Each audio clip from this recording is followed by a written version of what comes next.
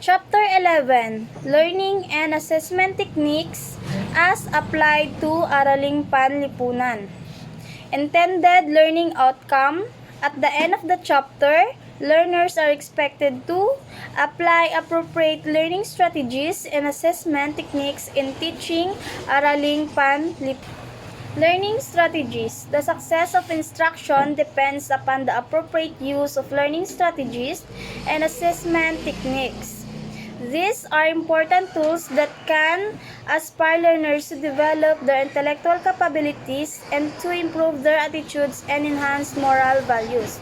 Learning strategies, ito yung mga iba't ibang strategy na ginagamit ng isang guro upang ma-manage yung mga student at maka-learn sila effectively.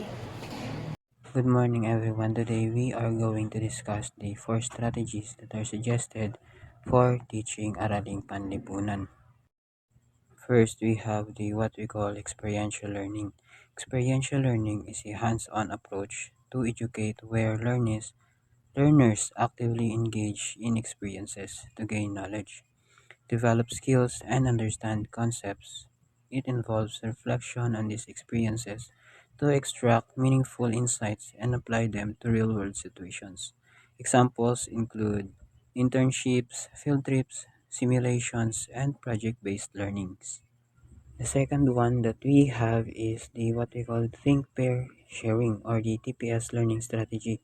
TPS is a teaching and learning strategy where students work in pairs to discuss their understanding of a certain topic.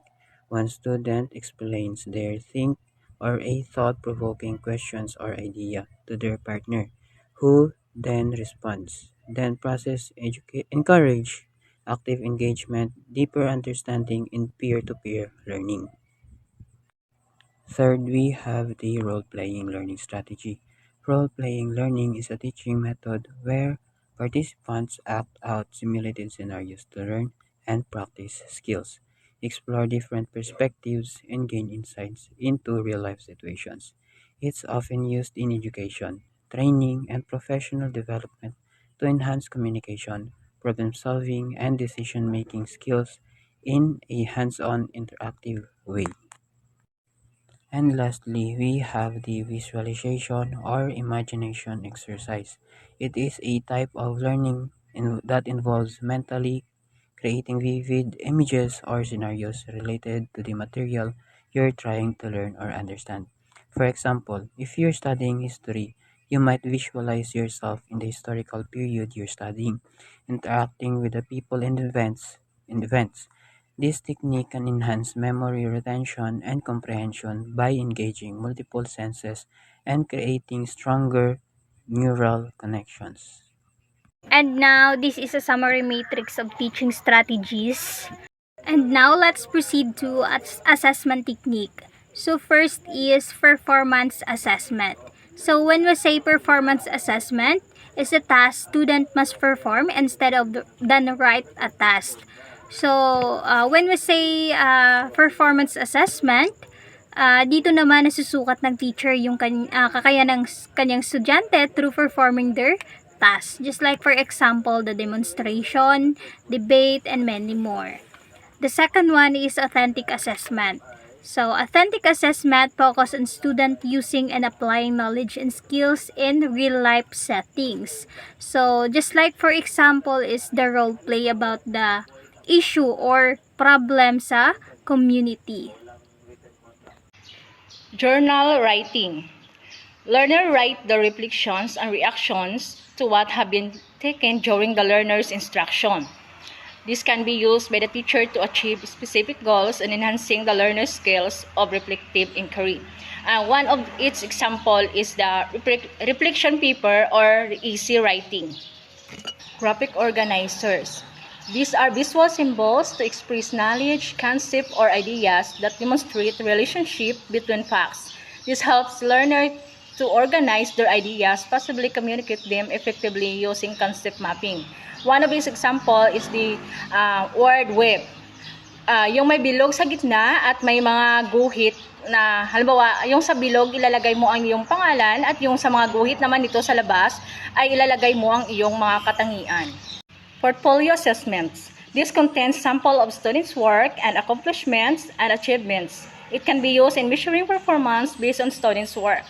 Dito naman ay i-assess tayo ng ating teachers base sa ating mga works. Example, yung ating mga quizzes and exams as proof our hard copy of our works. Rubrics. It is a tool that represents the performance expectations for an assignment or a piece of work. This can be utilized assessment of performance objective. Ito yung magiging batayan mo or basihan mo kung paano mo bibigyan ng grado o marka ang iyong pinagawa sa iyong estudyante. Halimbawa, sila ay pinaguhit mo. Bibigyan mo sila ng rubrics na halimbawa, pagkamalikhain, 30 points. Magandang pagkulay, 30 points. Kabuuang mensahe ng ginawang larawan ay 40 points at may kabuuang 100 points. Ito yung example ng isang rubrics.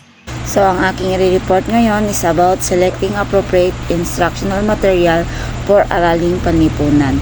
So, dito po, dapat po ay sa pagsiselect po ng ating mga instructional material ay dapat appropriate or angkop po sa ating tatalakayin sa mga bata. So, to establish genuine information to develop student skills or critical thinking and critical analysis. So, dito ay yung magdidevelop yung skills ng mga bata sa pamamagitan ng critical thinking at yung critical analysis nila. Morning once again. I'm Geraldine V. Estenote. So let's continue the discussion. Appropriateness represents suitable or proper point of views about the lesson subjective. So sa pag-select ng instructional materials for araling panlipunan, dapat meron tayong tinatawag na appropriateness or appropriate, nararapat or naaangkop sa kung ano yung lesson sa objectives natin. Ano ba yung nais matamo or ano ba yung nais matutunan ng mga bata at the end of the lessons. Appropriateness, nararapat. Interest, able to arouse and sustain learners' interest. So sa pag-select ng instructional materials, dapat naiisip din natin yung ano kaya yung mga bagay na makakapag-interest sa mga bata, na kung saan mas maengganyo sila na mag-participate sa during discussion, and then saan ba interest yung mga bata. So dapat naiisip na rin natin yun, kasi pamamagitan niyan mas magiging aktibo at magiging participative yung mga estudyante natin. Then the next is the cost, less expense of money, time, and effort. Sa pag-select ng instructional materials, especially sa araling panlipunan, kung meron naman tayong pwedeng gawin na makapag-less ng expenses natin or yung hindi tayo mapapagasto masyado, kung meron naman tayong mga materials na pwedeng magamit na para sa ating lesson, so pwede yon, much better, kasi hindi tayo mapapagasto o hindi tayo mapapamahal sa mga materials na pwede natin gamitin. Magiging resourceful lang tayo.